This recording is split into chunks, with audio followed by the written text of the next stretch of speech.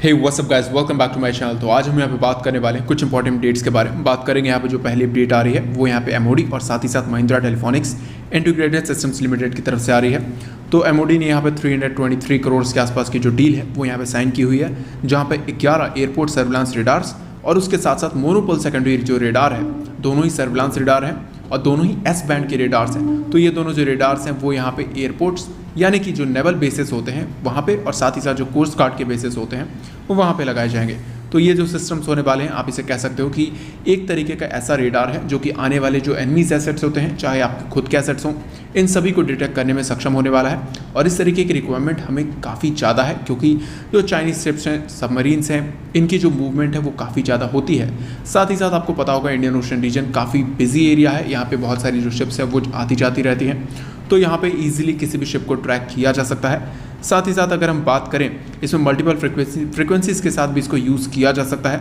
साथ ही साथ यहाँ पे जो पावर है वो यहाँ पे 15 किलोवाट की टिपिकल है और साथ ही साथ 28 किलोवाट की जो पल्स विड्थ है वो यहाँ पे दी गई है। साथ ही साथ जो इसकी ट्रैकिंग रेंज है वो 80 नॉटिकल माइल्स, जो कि 1 मीटर स्क्वायर टारगेट्स के लिए है। तो यहाँ पे आप 80 नॉटिकल माइल्स को समझ सकते हो, करीबन 150 किलोमीटर के आसपास है, और वो भी 1 मीटर स्क्वायर के आसपास के टारगेट के लिए। अगर ये जो टारगेट है वो थोड़ा बड़ा रहता है तो उसको 200 या फिर 300 किलोमीटर तक से भी डिटेक्ट किया जा सकता है। और अगर वो स्टेल्थ शिप नहीं है या फिर स्टेल्थ सबमरीन नहीं है, एक बार अगर सर्फेस पे आई हुई है तो उसको ईजिली ये जो रेडार्स हैं वो डिटेक्ट करने में सक्षम है। अब बात कर लेते हैं यहाँ पे जो नेक्स्ट अपडेट है वो भी यहाँ पे इंडियन नेवी की तरफ से आ रही है। तो आप सभी लोगों को पता होगा कि जब चाइना के साथ स्टैंड ऑफ चल रहा था तो यहाँ पे तीनों ही फोर्सेस को स्पेशल पावर्स दिए गए थे अपने अपने हिसाब से, जो भी वेपन्स और जो भी एम्युनिशन है वो परचेज करने के लिए। तो इंडियन नेवी ने यहाँ पे जो 2 ड्रोन्स हैं वो यहाँ पे लीज किए हुए थे यूनाइटेड स्टेट्स से। ये करीबन नवंबर के आसपास लीज किए गए हैं। तो टोटल आप कह सकते हो कि 8 से 9 महीने हो रहे हैं इंडियन नेवी को यूज़ किए हुए। इंडियन नेवी अब इसके जो चीज़ें हैं यानी कि इसके जो परफॉर्मेंस है उससे फुली सेटिस्फाइड है। और अब इंडियन नेवी इसको लेके एमओडी के पास जाने वाली है, जहाँ पे डिफेंस काउंसिल बोर्ड में जो मीटिंग है वो होगी। उसके बाद एक्सेप्टेंस ऑफ नेसेसरी मिलेगी, यानी कि अगर वहाँ से चीज़ें क्लियर आउट हो जाती हैं तो उसके बाद इसको A1 मिलेगा। और उसके बाद यहाँ पे जो US फॉरेन सेल्स डिपार्टमेंट है वहाँ से बात होगी, चीज़ें क्लियर आउट होंगी। उसके बाद यहाँ जो 30 ड्रोन्स हैं उसकी जो यहाँ पे सेल है वो यहाँ पे अप्रूव होगी।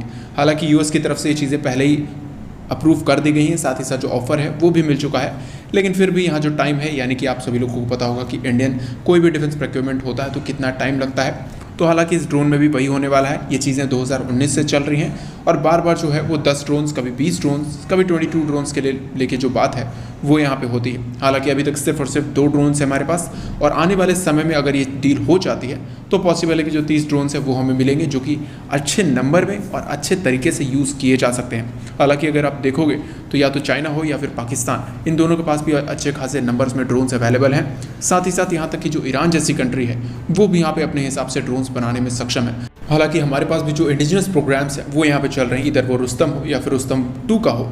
लेकिन अभी भी रुस्तम 2 के जो ट्रायल्स हैं यानी कि एल्टीट्यूड ट्रायल्स हैं वही चल रहे हैं। यहाँ पे भी टाइम है रुस्तम 2 को वो सारी चीज़ें कंप्लीट करने में। उसके बाद यहाँ पे जो फोर्सेस हैं वो इसके ट्रायल्स करेंगे। उसके बाद यहाँ पे जो आर्म्स है उसको लोड किया जाएगा यानी कि मॉडिफाई किया जाएगा, जिसमें अभी काफ़ी समय लगने वाला है। और ये सारी जो चीज़ें हैं वो यहाँ पे सिर्फ और सिर्फ इंडिजिनस पे ही नहीं है, यानी कि इंडिजिनस प्लेटफॉर्म पे ही नहीं है।